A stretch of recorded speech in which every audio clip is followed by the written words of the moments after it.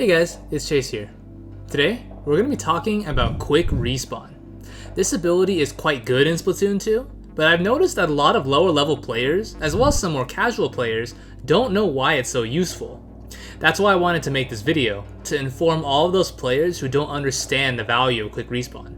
Because I'll tell you right now, among top level players, quick respawn is one of the best abilities to run on frontlines. Before we get into things, let's first go over how quick respawn actually works in Splatoon 2. Quick respawn allows you to, respawn quicker. However, you won't receive this benefit every single time you die. You'll only get a fast respawn if you haven't gotten a kill since your last death and your current death. If you do get a kill in between your last death and current death, then the QR won't come into effect. I know that probably sounded really confusing, so here's a visual example for you.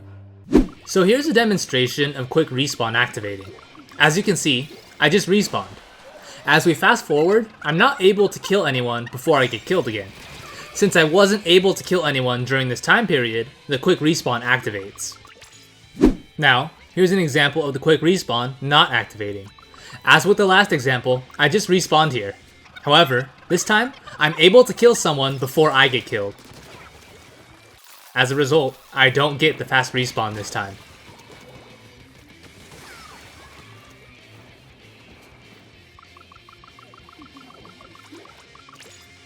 So that's the basic premise of QR.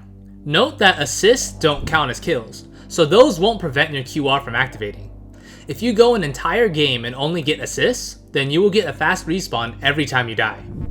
There are also a lot of little things with quick respawn that are worth knowing, such as how it will never activate with your first death of a game, as well as hazardous deaths like falling out of bounds not counting, only enemy caused deaths. This flowchart here from Inkipedia will provide you with basically everything you need to know about what will and won't make QR activate. Now that we know how quick respawn works, let's talk about why you should run it on Slayers. A very common thing that I see some lower level frontliners say is something like this. Quick respawn is useless for me because I'm constantly getting kills in between my deaths, so it's never going to activate. I would rather run gear that's going to help me in fights.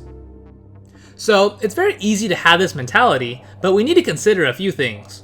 While it is true that QR won't assist you in actual fights, that's not the purpose of the ability. It's designed to serve as a safety net.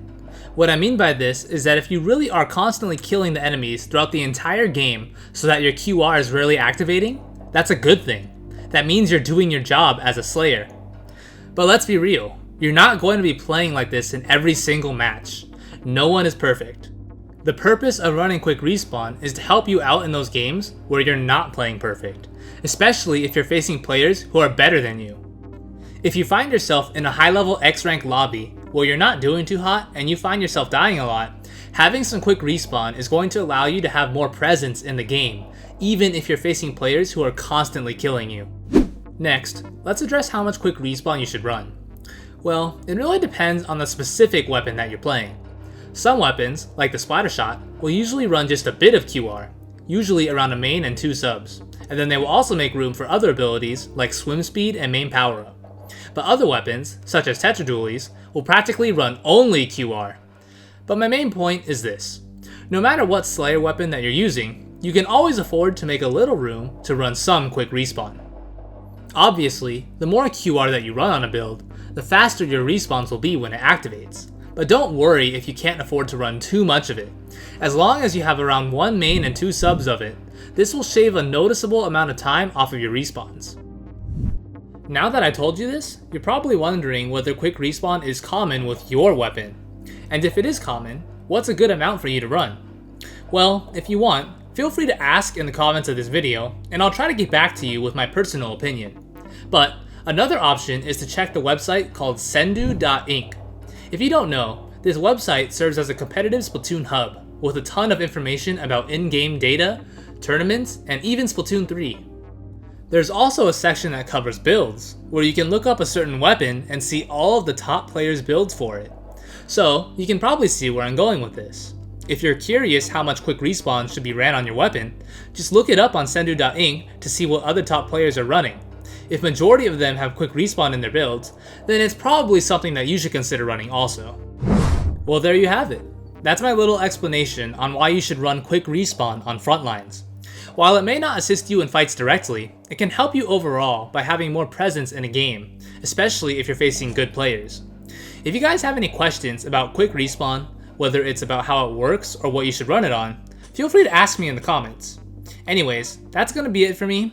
Thank you guys so much for watching, and I'll see you all next time.